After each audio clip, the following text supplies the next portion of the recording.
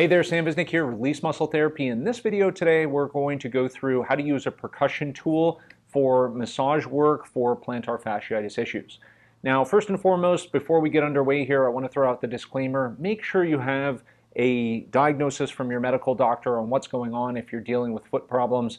A lot of people will watch videos and try things. They don't actually have the issue that they think they have, and therefore may potentially be causing harm by using these types of tools on an issue that actually is contraindicated. So if you do have a chronic or a long-term case of plantar fasciitis in particular, chat with your healthcare professional as well, just to make sure that these kinds of things are doable for you. Okay, so first and foremost, we're going to need our percussion tool. I'm using the Ached Away Pro here. Of course, there are a lot of different brands on the market now, probably hundreds at this point, and most of them will get the job done. What's more important is the nozzle or the head that you're going to select. I really only have two favorite ones for this that are commercially available. I have a few other in my office that I would use, but the idea is to get percussion into the tissues, and it doesn't matter that much in this usage in particular. So a couple things when we're using a percussion massage gun. I think first and foremost, a lot of people don't get the results that they want out of this. Number one, because they set faulty expectations. Plantar fasciitis is a complicated condition. There's a lot of elements that are involved in this, not just the plantar fascia itself, but all of the intrinsic muscles of the foot, the calves, ankle mobility, a lot of different things. So we don't want to expect miracles out of using percussion guns, but they can be very helpful for alleviating muscle tension and what I call neuromodulation. That's flooding the tissues and the nerves with novel input, i.e. the percussion, to help alleviate pain and to enhance the therapeutic effect of any therapy program. So we always want to see these things as part of a larger integrated therapeutic approach, not just as I'm going to apply this and it's going to fix all of my problems. So setting expectations is very, very important. Now, number two is how the techniques are applied. Now, I see a lot of therapy videos out there on YouTube. People are, in my opinion, way too aggressive and do some crazy things with these types of tools, pushing it down as hard as they can into the tissue. It's fundamentally no different when they're doing massage work, just grinding on tissue. And let me just stop right there and say, you do not need to do this. And it rarely works. I'd say in some cases it probably does make people feel better, but the risks outweigh the benefits, because in my practice, I've been doing this now for 20 years, I've used the most gentle and softer approaches that I possibly can. And if you get good results doing that, then why put yourself through a lot of unnecessary discomfort and pain and potentially stoke a flare-up of the issue? So we don't want to do that. But if you believe that you're breaking up scar tissue and you're breaking up adhesions, it's going to lead with the thought process of digging and pushing too hard into the tissues, and that's just erroneous thinking. That is not what's actually happening. So there's no need to do that, okay? So whenever you use any techniques, soft, gentle, err on the side of caution, this is the best way to go about it. So the other thing that we want to talk about real quick here is where we apply therapy techniques. So this is a good discussion to move forward with. Because I mentioned that there are many areas that are influencing the issue of plantar fasciitis, there's many areas that we can apply therapeutic techniques on. Now, the hallmark sign of plantar fasciitis is that pain stepping down on the floor in the morning. Usually that is from the heel kind of inward a little bit more toward the big toe on the inside part of the foot. So this point right here is usually the strong pain point of plantar fasciitis, although some people it is more down toward the big toe, so it can be in multiple areas. So if you were to highlight that area with your thumb where the primary pain point is, I'm going to be counter to what you might consider. We don't want to directly apply too much therapeutic effort in those exact spots, because those are the areas where the nerves are the most sensitive, and by applying too much pressure or force or therapeutic application specifically to those points, we're more likely to irritate things. So the stance I take with this, in particular with percussion, because percussive waves spread, is that we could put the tool on neighboring areas to the primary pain point, and we can still get really good results. Okay, so I am not an advocate of putting heavy pressure into those exact spots. There are other therapeutic modalities to help desensitize those, and I would suggest that you use those, and you can find those on my blog and so forth. Usually you'll find links underneath the video. So when we pick a selection speed, for example, okay, the speed that we want to use on the tool is going to be the one that's most comfortable for you. Some people like slow speeds, some people like fast speeds. They're more anesthetizing. They make the tissue feel a little bit more numb.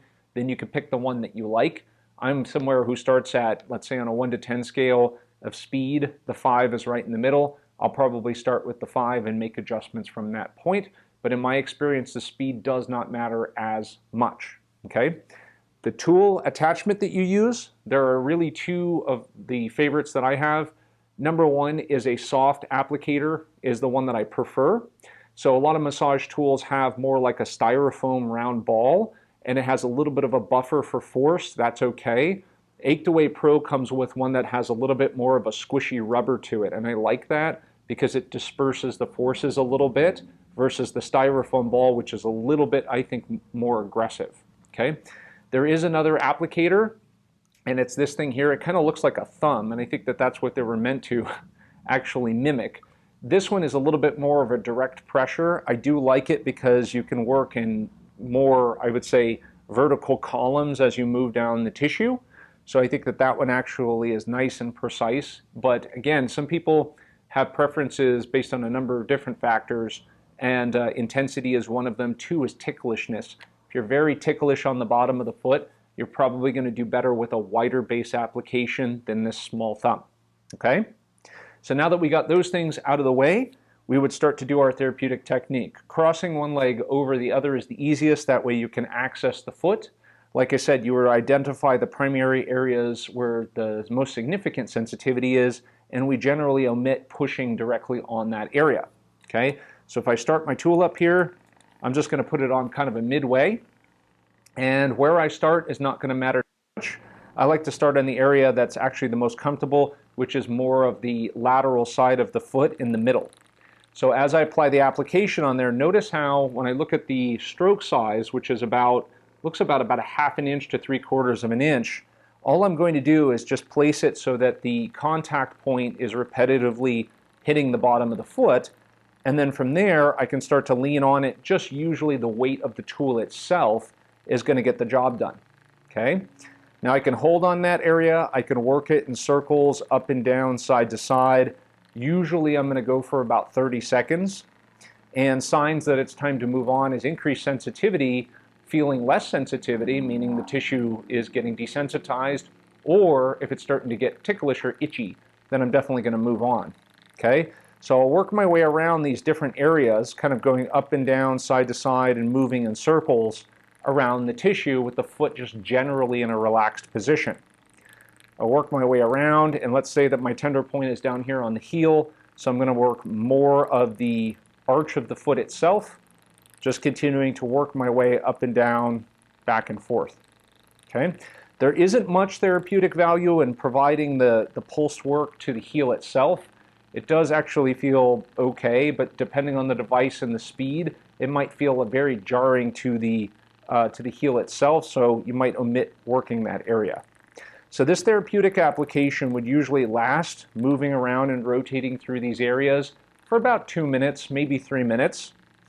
Now the technique can be advanced by one primary way, which is actually increasing the tension in the plantar fascia. Now the way that we would do that is to take the big toe and just gently pull the big toe up toward the ankle.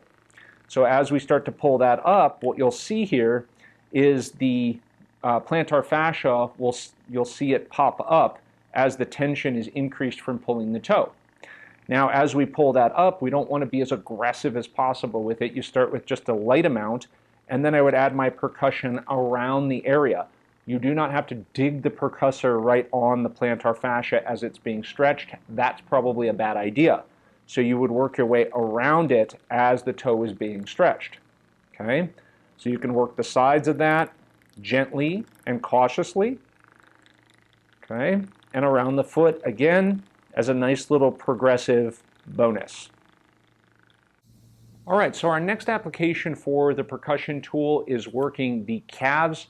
The calves, when we're dealing with issues like plantar fasciitis, are related through a number of different mechanisms. Number one, because tight calves can limit the movement or range of motion of the ankles, and ankle range of motion restrictions are oftentimes associated highly with issues like plantar fasciitis. but also there are some miscellaneous things that the calves can be related. One of them could be trigger points. Trigger points, a lot of the research, we don't know exactly what purpose they serve or their relationship to pain, but their existence seems to be interestingly correlated, especially when you push on a trigger point and it refers sensation down to the heel or the bottom of the foot, could be related to issues of soft tissue dysfunction. So we are going to address them when we're doing any types of protocols for dealing with a foot issue. So dealing with the calves with the percussion tool is very easy and straightforward. Most of the application has to do with picking the right speed and also picking the right implement head on the tool. Now the one that I recommend is one that's pretty squishy as well for this, same as doing the bottom of the foot, but you could use ones that have a flat attachment as well, will work just as well. You just don't want to have that sense of the percussion tool is just bouncing off of the tissue and it's very erratic. And if you've ever had this happen, then you know exactly what I'm talking about. If you don't, then put the wrong tool attachment on and you will. So when we start off the tool, I always start at about mid-range on a 1 to 10 scale. Of course, we're looking at about a 5. Now what I want to start with here is the most meaty area of the calf, and that's usually as the gastroc head and the soleus start to attach into the connective tissue down to the Achilles. So I'm going to start right about there. It should be a comfortable area, and remember that the outcome here when we're using percussion therapy is to have the percussion waves actually move through the tissues, okay? So we're not holding tension while we're doing this, and we're definitely not driving the tool down into the tissue, okay? That's going to cause tissue resistance, and it's just going to reduce the effectiveness. So right here, I'm just placing it right on top of the calf. Now I can start to work my way around, okay? And I work in small circles, looking for areas where there might be some increased sensitivity, and you're likely to find a good amount of that in the calves, okay? If you find an area of increased sensitivity, you can kind of maintain pressure on that spot and just keep working it in circles in different directions, okay, for usually about 20 to 30 seconds, and then you can move on to the next area, okay? You're not always going to feel a complete desensitization when using this kind of tool, and because it's very difficult to regulate how much pressure you're pushing down into the tissue, as the tissue starts to relax, the nozzle kind of leans farther into it, so sometimes that can increase the sensitivity, okay? So those are factors to be aware of. So I'm going to work my way around here to the back of the tissues. Fairly straightforward process. The intention here is to actually relax, not to push too hard, break up scar tissue or adhesions, which I've talked about many times, that is not very likely at all what is happening. And I'm going to work my way down here toward the Achilles. Now there's not a lot of soft tissue down here, so you will find that when you put the tool on here, you have to kind of just rest it lightly against the skin, or otherwise it's going to kind of violently bounce back at you because there's not a lot of tissue there to absorb the percussion waves. But I'll work my way all the way down, and a little bit of sensitivity down in this area, so I'll continue to kind of focus on and work on that. And usually when I'm doing this, I set a timer for about 3 to 5 minutes. So I aim to kind of work through all of the tissue over the course of 5 minutes. The timer is done. That's it for the therapy. Okay, so we don't have some 10-minute marathon sessions of using the percussion tool because we don't need to spend that much time using it. Okay, it's important to remember that these percussion waves are going through the tissue as well. So just because I'm not making contact with the part of the calf on the opposite side does not mean that we're not getting the therapeutic effect. Okay. So you can, of course, try different positions. I don't like having my leg down and trying to reach behind and using the calf. Like I said, the percussion waves are going through the tissue, so I don't find that that's necessary, but you could certainly give that a try for a different effect and see if that changes anything for you. If you do put the leg down, of course, you'll be able to get to the side, which is the peroneal tissues as well, which might be some area to address. But in particular, we've got most of the calf muscles there, soleus, we've got the gastrocnemius, and of course we're going to be impacting those deeper calf tissues as well, such as the posterior tibialis. So that is how you address the lower leg issues or tissues in there when we're dealing with something like plantar fasciitis with the percussion gun. So, hope you enjoyed this video. Make sure you give me a thumbs up, comment down below, subscribe to the channel, and I'll see you next time.